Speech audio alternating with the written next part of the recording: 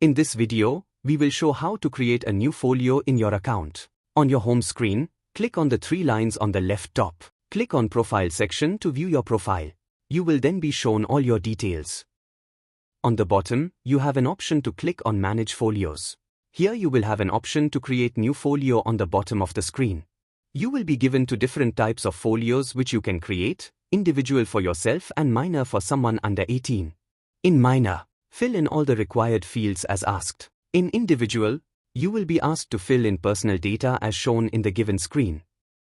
If you have other folios, these details will come pre-filled based on the details there.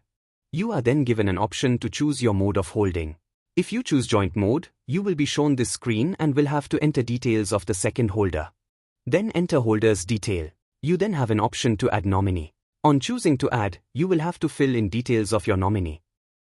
You can add multiple nominees, just click on Add another nominee. Lastly, enter your bank details to link with the folio.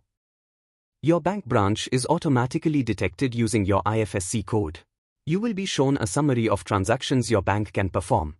Following confirmation, you will be sent an OTP on your registered email ID and number. Your folio is successfully created.